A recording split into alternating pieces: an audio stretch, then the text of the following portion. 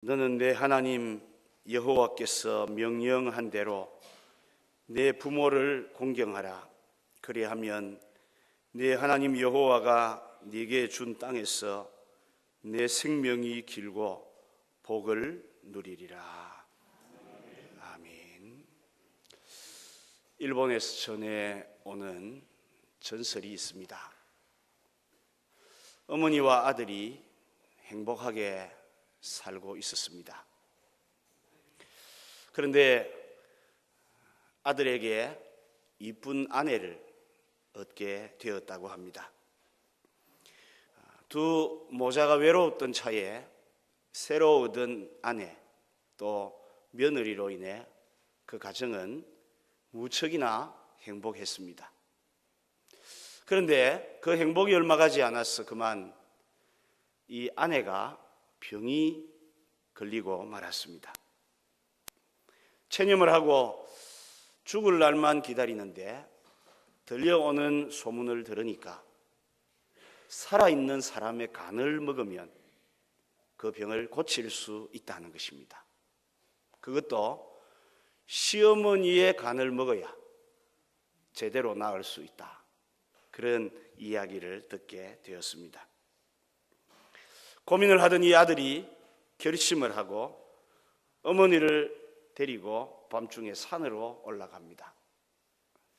그리고는 칼을 뽑아 휘영청 달이 밝은 산 위에서 어머니를 죽이고 이제 그 속에 있는 간을 도려내어서 산비탈로 뛰어 내려가기 시작합니다. 아마 이 아들의 마음속에 엄청난 자책감 또 죄책감, 괴로움, 두려움이 있었을 것입니다. 그래서 뒤도 돌아보지 않고 막 달려가는데 죽어가는 어머니의 음성이 들립니다. 얘야, 조심해서 가거라. 그렇게 뛰어가다가는 큰일 난다. 넘어져서 다칠 수 있고 간도 쓸 수 없게 될 수 있다. 얘야, 제발 천천히 가라. 라는 어머니의 말이 들렸다고 합니다. 오늘은 교회가 지키는 어버이 주일입니다. 우리 부모님들은 연세가 들어가셔도 자식들 생각밖에 하지 않습니다. 자식들이 잘 되기를 바라고 이 세상에서 잘 살기를 바라고 건강하기를 바라는 것이 우리 부모님들의 마음인 것입니다. 어버이 주일을 맞이한 오늘 우리는 다시 한번 부모님의 은혜와 사랑을 생각해 보려고 합니다. 우리가 읽은 이 본문은 그 유명한 십계명이 포함된 말씀입니다. 십계명은 하나님께서 하나님의 백성들에게 주신 가장 중요한 계명입니다. 그 계명 가운데서 앞에 4가지 계명은 하나님을 위한 계명입니다. 그리고 뒤에 6가지 계명은 사람을 위한 계명입니다. 그런데 이 사람을 위한 계명 가운데서 가장 먼저 나오는 계명이 오늘 우리가 읽은 바로 이 말씀입니다. 내 부모를 공경하라 라는 말씀입니다. 그러므로 우리는 인간관계에서 가장 중요한 말씀이 자기의 부모를 공경하는 일이라는 사실을 아셔야 합니다. 우리가 마음을 다하고 힘을 다하고 목숨을 다해 하나님을 사랑하듯이 우리는 우리의 부모님들을 그렇게 사랑해야 한다는 말씀입니다. 왜 부모님을 공경해야 합니까? 그 첫 번째 이유는 하나님의 명령이기 때문에 그렇습니다. 기독교를 잘 모르는 분들은 기독교는 효가 없다 이렇게 이야기들을 합니다. 아마 그것은 죽은 조상에게 제사를 지내지 않으니까 기독교에는 효가 없다고 그렇게 말하는 것 같습니다. 그러나 여러분, 기독교만큼 효를 강조하는 종교가 없을 것입니다.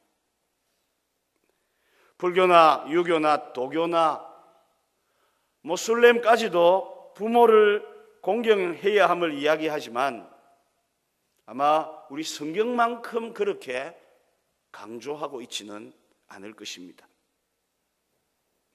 오늘 읽은 이 본문에도 하나님은 우리에게 부모를 공경하라고 분명하게 말씀합니다. 이 말씀을 그냥 권고 형태로 하시는 것이 아니라 피할 수 없는 명령으로 우리에게 주셨다라는 것입니다. 네 하나님 여호와께서 내게 명령한 대로 네 부모를 공경하라, 그렇게 이야기를 합니다. 여기에 이런 말씀을 쓰는 이유는 아마도 우리가 1계명에서 4번째까지 하나님을 위한 계명은 그래도 잘 지킬 것 같은데 사람을 위한 계명 가운데서 첫 계명인 부모를 공경하는 데부터는 뭔가 좀 소홀할 가능성이 있는 줄 하나님이 아시고 다시 1계명에서 하셨던 그 명령을 반복을 하고 있다라는 말씀입니다. 그래서 우리는 이 부모 공경이 얼마나 중요한 일인지를 아셔야 합니다. 하나님을 위한 계명이 이루어지려면 부모 공경을 해야 됩니다.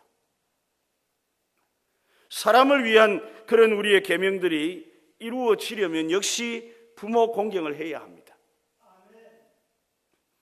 기차에 연결고리가 있는 것처럼 하나님과 사람 사이를 연결하는 고리와 같은 말씀이 부모를 공경하라는 말씀입니다.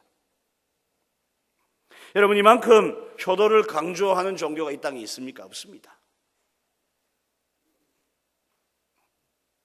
성경은 우리에게 부모의 공경을 강하게 말씀하고 있습니다. 그래서 사람이 부모를 공경하는 것을 보고 하나님을 공경하는지, 사람이 부모를 공경하는지를 보고 다른 사람들을 사랑하는지를 보는 시금석을 삼으셨다는 말씀입니다. 부모를 공경하는 사람이 하나님 잘 섬깁니다. 부모 공경하는 사람이 다른 사람들을 위할 줄을 압니다. 그러나 부모 공경을 하지 못하는 사람은 결국은 하나님을 배반합니다. 다른 사람들에 대해서도 아픔을 주고 괴로움을 더할 뿐입니다. 그래서 성경은 우리에게 이 말씀을 명령하고 있다는 것입니다.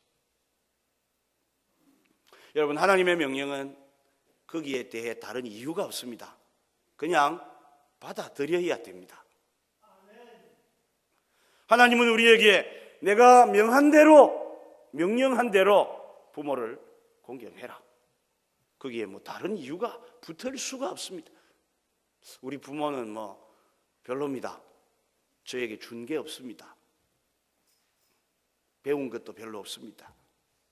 그런 것이 없습니다. 그냥 공경하는 것입니다. 성도라면 그것이 마땅한 바인 것입니다. 시대가 많이 지나 부모의 마음은 여전하지만 자식들은 세상에 물이 들어 버렸습니다. 오늘 이 세상은 어느 때 없이 수평 문화에 그만 젖어 병들어가고 있습니다.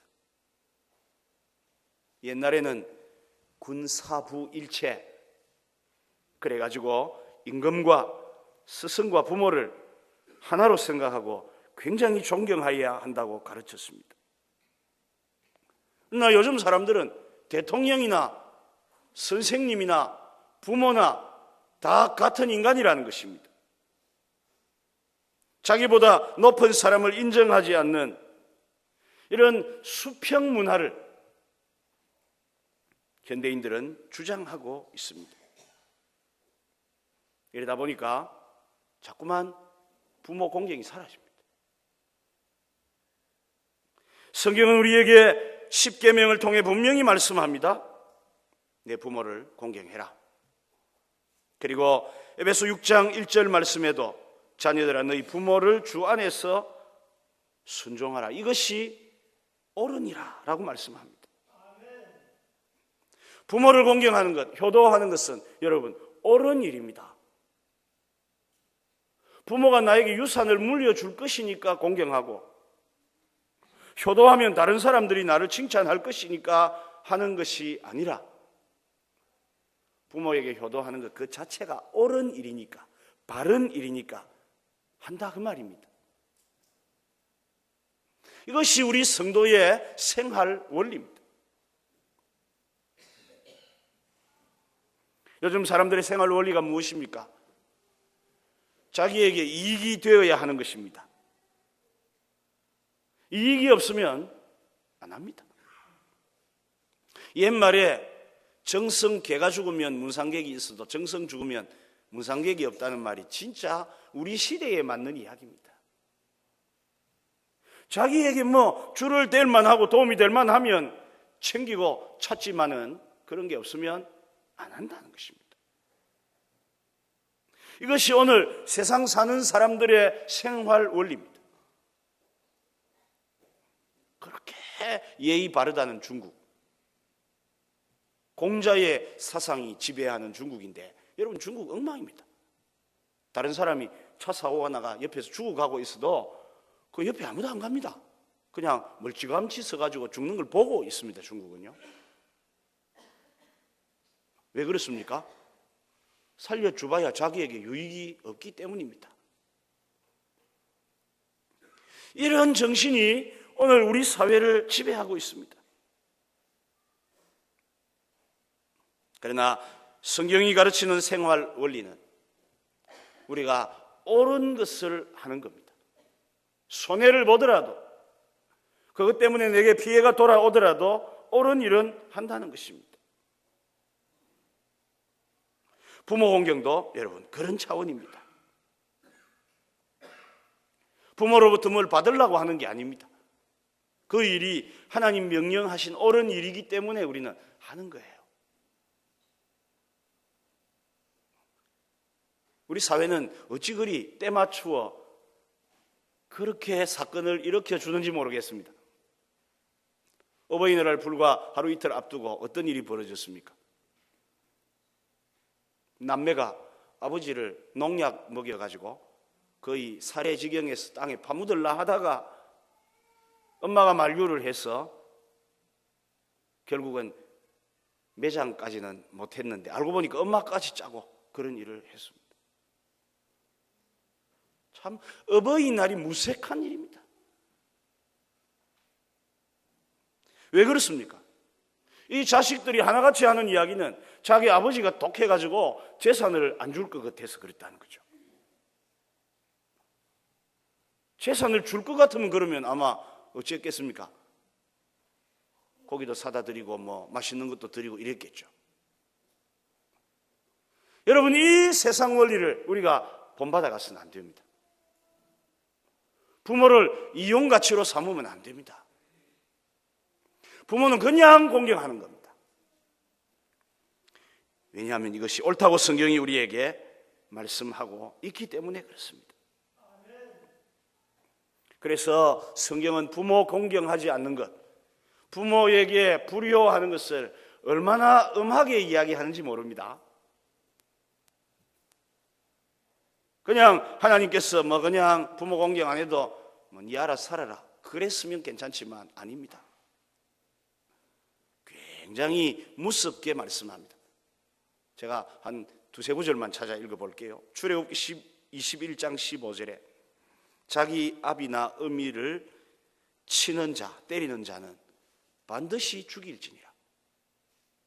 성경대로 하면 요즘 죽을 놈들 많습니다. 어디 부모를 쳐요? 레위기 20장 9절에 무릇 그 아비나 엄미를 저주하는 자는 반드시 죽일지니라. 이거 그대로 적용하면 요즘에 학교에 있는 절반 죽어야 될 놈들입니다. 얼마 전에 인터넷을 뜨겁게 달구었죠. 아이가 자기 부모를 향해 쏟아놓은 저주의 말. 여러분, 세상이 거꾸로 돌아갑니다. 최근에 발표한 복지부 발표에 의하면요, 자녀들에게 부모가 욕을 해도 이게 뭐냐 하면 인권 유린입니다. 고발하면 잡혀가요, 부모가 자녀를 때리면 이거 인권 유린입니다. 이거 고발하면 잡혀갑니다. 심지어 부모가 자식에게 신앙생활을 강조하면 이것도 잡혀갑니다. 딱 제 마음 같은 복지부 그 장관부터 모가지를 다 따부수면 좋겠어요. 어디 그런 것이 있습니까? 대신에 아이들은 요즘 어떻게 합니까?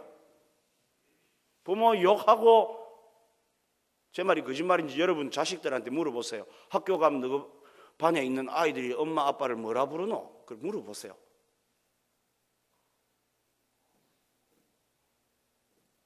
성경대로 하면요, 그 아비나 엄미를 저주하는 자는 반드시 죽는 겁니다. 한 구절만 더 봅니다. 신명기 27장 16절에 그 부모를 경홀히 여기는 자는 저주를 받을 것이라 할 것이요 모든 백성은 아멘 할지니. 이 말은 아무도 토달지 말고 그대로 인정해라, 그런 말씀입니다. 그래서 우리 성경에도 부모 공경 안 한 사람들의 최후가 처참합니다. 하나님이 물로 세상을 심판하셨습니다. 노아의 가족만 방주를 타고 살아났습니다. 방주에서 나온 이 노아가 너무 기분이 좋아서 첫 해 농사를 지어 포도주를 만들어서 마셨더만 너무 많이 마셨나 봐요. 술이 취해가지고 몸이 더워갖고는 우통 헐떡 벗고 바지 헐떡 벗고 막 벌거벗어 버렸어요. 노아의 세 아들 가운데 함이라는 자식이 들어와 보니까 아버지가 벗었거든요. 밖에 나가 동네방네에 웹니다. 아버지 벌거벗었습니다. 그래서 함이 저주를 받습니다. 지금까지도 함족 저주를 받아 계속 이 세상에 이어가고 있습니다. 또 있습니다. 압살롬이라는 인물이 있습니다. 다윗 왕의 아들입니다. 엄청나게 똑똑하고 인물이 뛰어난 사람입니다. 아버지 다윗을 반역해서 자기가 왕위에 올라섭니다. 그러나 3일천하라고 이 압살롬은 결국은 쫓겨나서 도망을 가는데 잘생긴 것 때문에 결국은 죽습니다. 압살롬은 머리털이 엄청나게 멋있었나 봐요. 우리 교회도 압살롬이 상당히 부러운 분들이 계시는데, 그런데 머리가 막 엄청나게 숱도 많고 멋있었나 봐요. 그런 머리를 휘날리면서 말 타고 도망가다가 그 머리카락이 나뭇가지에 고마 딜딜 감겨가지고 도망도 막 하고 매달리가 있을 때 다른 사람들이 가다가 압살롬의 배를 찔러 죽이는 거예요. 부모를 거역한 사람들의 최후는 결코 좋지를 않습니다. 그래서 우리가 부모 공경이 하나님의 엄중한 명령인 것을 기억하고 여러분 잘 감당할 수 있기를 바랍니다. 아멘 하십시오. 부모 계신 분들은 다 아멘 하세요. 부모 공경은 하나님의 명령입니다. 이 명령을 어기고 복을 받고 잘 되겠다고 생각하는 것은 그 생각 자체가 틀린 것입니다. 오늘 본문은 두 번째 우리에게 가르칩니다. 효도가 명령이면서 동시에 효도에는 하나님의 약속이 있다는 것입니다. 사람이 당연히 자식이면 부모에게 효도해야 함에도 효도하면 하나님이 그 자식에게 복을 주시는데 오늘 본문에는 세 가지 복을 약속하고 있습니다. 그 첫 번째는 네 하나님 여호와가 네게 준 땅에서라는 말씀이 나옵니다. 다르게 이야기하면 땅을 주시겠다는 그런 말씀입니다. 이 말씀을 이스라엘 백성들이 받았을 때가 언제입니까? 애굽을 떠나 가나안을 향해 가던 광야에 있을 때입니다. 이들에게 제일 필요한 게 당시 무엇입니까? 당연히 정착할 땅입니다. 그런데 하나님께서 땅을 주시겠다고 합니다. 여러분, 땅을 주신다는 이 말 속에는 삶의 터전을 주신다는 말씀이 있습니다. 오늘날로 생각하면 일자리가 필요한 사람에게는 일자리를 주시고, 장사하는 사람에게는 상권을 주시고, 공부하는 학생들에게는 좋은 학교에 진학을 주시겠다는 그런 종류의 약속입니다. 여러분 중에 물질이 더 필요한 분 계십니까? 그러면 효도하십시오. 그러면 하나님이 주십니다. 일자리가 필요한 분이 계십니까? 효도하십시오. 하나님 일자리를 주십니다. 공부를 잘하고 앞으로 좋은 학교 가고 출세하기를 바라는 학생들이 있으면 부모님에게 잘 하세요. 학교 가가 친구들한테, 야, 우리 꼰대 그 시기가 내한테 용돈도 잘 안 준다. 그것들 그만 죽어보면 좋겠다. 요즘 아이들 그렇게 이야기합니다. 그런 말 하지 말고 부모를 공경하면 하나님이 여러분 앞길을 축복해 주시는 겁니다. 서울에 가면 한일교회라고 있습니다. 이 교회의 한 장로님은 아주 효도하는 분이랍니다. 하나님이 주신 권위에 얼마나 열심히 효도하는지 부모님에게 효도를 다 합니다. 목사님에게도 설이 되면 와 세배를 한대요. 목사가 자기보다 훨씬 나이가 어린데도 불구하고 그렇게 한답니다. 그래서 그 교회의 성도들은 그 장로님을 닮아서 목사에게 세배하러 오는 그런 성도들이 많답니다. 그런데 그 교회 목사님이 하는 자랑 중에 뭐가 있나 하면, 우리 교회는 성도들이 직장 잃어버리는 사람이 없습니다. 사업하다가 내려앉는 사람이 없습니다. 물질을 얻는 데 있어서 부족한 성도들이 없습니다라고 한다는 겁니다. IMF 때도 이 교회 교인들은 주일날 빼고는 엿새 동안 열심히 일을 해야 할 만큼 바쁘게 생업을 감당했다는 것입니다.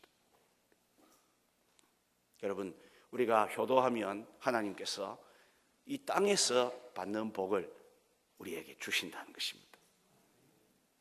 두 번째 약속은 내 생명이 길고, 부모를 효도하는 사람에게 하나님께서 장수의 복을 주시겠다는 것입니다. 부모와 자식의 관계는 천륜입니다. 자식 낳고 싶어 낳은 부모가 없습니다. 자식 역시 그 부모한테 태어나고 싶어 태어난 사람도 없습니다. 저보고 누구를 골라라 했으면 제가 우리 엄마 밑에 안 났을 겁니다. 어디 인물도 엄청나게 좋고 돈도 많은 집에 한번 새로 한번 났으면 싶어요. 근데 그게 안 됩니다. 천륜, 하나님이 주시는 거예요. 부모와 자식의 만남은 생명을 주관하시는 하나님의 손에 달려 있습니다. 그래서 이 천륜을 거스리고 오래 살 사람이 없는 겁니다. 하나님이 그런 사람을 오래 살게 하시지 않습니다. 젊은 사람들, 우리 학생들은 지금에는 오래 사는 데 대한 관심이 없을 겁니다. 여러분도 나이 한 60대면 아이고 좀 더 오래 살았으면 좋겠다 그럴 거예요. 우리 성도들 중에 저보고 목사님 그만 빨리 천국 갔으면 좋겠습니다. 그래 말은 하면서도 아프면 약 먹고 이러는 거 보면요 다 그냥 하는 이야기예요. 다 오래 살고 싶은 거예요. 다. 문제는 삶의 질을 좋게 해서 살고 싶겠죠. 그런데 하나님께서 효도하는 자식에게 그런 복을 주신다는 거예요. 이 장수한다는 약속에는 다른 의미가 있습니다. 뭐가 있나 하면 건강이 들어 있습니다. 건강 안 하는데 어떻게 장수합니까? 건강해야 오래 삽니다. 그러니 장수한다 이 말 속에는 건강하다는 말까지 포함이 되어져 있습니다. 그 정도만 아닙니다. 이 말 속에는 무엇이든지 수명이 길다는 의미가 다 들어 있습니다. 요즘 여러분 얼마나 사람들이 하는 일에 대한 수명이 짧은지 모릅니다. 보통 10년, 20년 공부를 하는데 그러면 공부해가지고 취직하면 몇 년 직장 생활 합니까? 한 10년 하면 쫓겨납니다. 대부분이. 20년 하면요, 그 집안 사람 아닌다 하면 전부 다 쫓겨납니다. 공부한 만큼도 직장 생활 못해요. 뭐 명퇴, 강퇴 그런 거로 다 쫓겨납니다. 그러나 부모를 공경하는 사람들에게는 여러 가지 수명이 길다는 거예요. 젊은 사람들이 앞날이 다 걱정들입니다. 공부하면서도 내 앞길이 어쩔까 이렇게 걱정합니다. 요즘은 뭐 사오정 이런 말이 나왔잖아요. 옛날에 45세가 되면 정년퇴직해야 된다. 이게 사오정입니다. 그런데 요즘에는 뭐 그것도 아닙니다. 38선을 끊는답니다. 28살 되면요 잘려가지고 나온다. 그런 세태 속에서 우리가 하나님을 잘 섬기고 부모를 공경하면 그런 일을 넘어서서 하나님 주시는 장구의 복을 얻을 수가 있다는 것입니다. 세 번째 하나님의 약속은 네가 복을 누리리라 라는 말씀입니다. 이 세상에 있는 사람들의 대부분은 복을 보기만 하지 누리지는 못합니다. 그러나 오늘 성경은 우리에게 복을 누리리라고 말씀합니다. 여러분, 복은 누려야 돼요. 그래야 진짜 복입니다. 사람들이 복을 누리지 못하고 죽는 사람들이 많습니다. 평생을 돈 버는 데 수고를 다 합니다. 건강 다 바치고 시간 젊음 다 바쳤는데 살만 하면 어떻게 된다 합니까? 죽는다는 거죠. 겨우 집 사고 은행에 이제 돈 좀 꽂아가지고 이자 받아서 살 수 있을 때쯤 되면 삽니까? 죽습니까? 병이 오고 죽어요. 누리는 사람이 별로 없습니다. 다 저질로만 놓고 그것을 누릴 수가 없다는 것입니다. 여러분, 이게 복입니까? 복이 아닙니다. 옛말에 개처럼 벌어서 정성처럼 써라 그랬는데 그거는 버는 데 관심이 있는 겁니까? 쓰는 데 관심이 있는 겁니까? 쓰는 데 관심이 있어요. 요즘 사람들은 개처럼 벌기는 법입니다. 아침부터 저녁까지 혀가 빠지도록 헥헥거리면서 돈을 버는데 문제는 정성처럼 쓰지는 못해요. 누리지를 못한다는 것입니다. 제가 보면 안타까운 사람들이 있어요. 아침부터 밤늦게까지 일하면서 점심때 밥 한 그릇 먹을 때도 쉽게 못 먹습니다. 5,000원짜리 한 그릇 먹고 나면 축이 나는 것 같아서 그 제대로 먹지 못하고 들들 뜹니다. 벌어봐야 누리지를 못해. 누가 누립니까? 자식들이 다 누립니다. 우리는 5,000원짜리 그 밥 한 그릇도 막 신경이 써 있는데 저거는 5,000원짜리 커피를 그냥 5,200원짜리 아메리카노 그다 강 큰 놈들은요 요거 뭐 프라텐가 6,000원짜리 보라져 웃어 찾는 거 보이죠. 엄마 아빠는 5,000원짜리 밥 한 그릇 먹을 때 이거 막 오늘 국수 3,000원으로 갈까? 저 옆에 집에 가면 그냥 밥에다가 김치 비비주는 2,500원도 있다 하는데 이래 샀는데 막 벌기는 누가 벌고 쓰기는 누가 쓴지 모르겠습니다. 여러분, 우리가 복을 누린다는 것이 얼마나 중요한 일인지 아셔야 돼요. 하나님은 부모를 공경하는 사람들이 복을 누릴 것이라고 말씀합니다. 복은 누려야 돼요. 개처럼 버는 게 중요한 게 아니에요. 실컷 벌어 해놨더니 성경에 있는 말씀처럼 도둑이 구멍을 뚫어가고 모아놓은 전대가 녹슬어버리고 죽도록 고생만 하고 남은 것은 없는 이런 인생이 될 수는 없다는 것입니다. 그러나 우리가 부모를 잘 섬기고 공경하면 하나님이 우리가 얻은 것으로 충분히 누리도록 효과 100점 만점 되도록 그렇게 만들어 주실 것이라는 겁니다. 여러분, 성경의 이 약속을 잘 기억하시기를 바랍니다. 땅을 얻는 복을 받고 장수하는 복을 받고 복을 누리는 복을 받으면 뭐 그 이상이 있습니까? 부모 공경하는 사람에게 하나님 그렇게 해 주시겠다고 말씀합니다. 어느 교회 주일학교에 다니던 아이가 집에 와서 뭔가를 왜 샀습니다. 자세히 들어보니까 10계명을 외우고 있습니다. 아마 선생님이 숙제를 내줬나 봐요. 제1은 너의 하나님. 그러면 쭉 외워요. 근데 자세히 들어보니까 이 5계명에 가갖고 아가 좀 이상하게 이야기하는 거예요. 내 부모를 공격하라. 그래 이제 야 다시 한번 해봐라. 내 부모를 공격하라. 야 이거 공경하라 그래놨는데 왜 공격하라고 일일이 자꾸만. 그랬더니 아이가 아버지한테 되물어 봅니다. 아버지, 공격하는 거하고 공경하는 거하고 뭐가 다릅니까? 그래 하더래요. 야 다르지. 공경은 높이고 존경하는 것이고 공격은 해대는 것 아이가. 이러니까 이 아들이 뭐라 하나 하면요,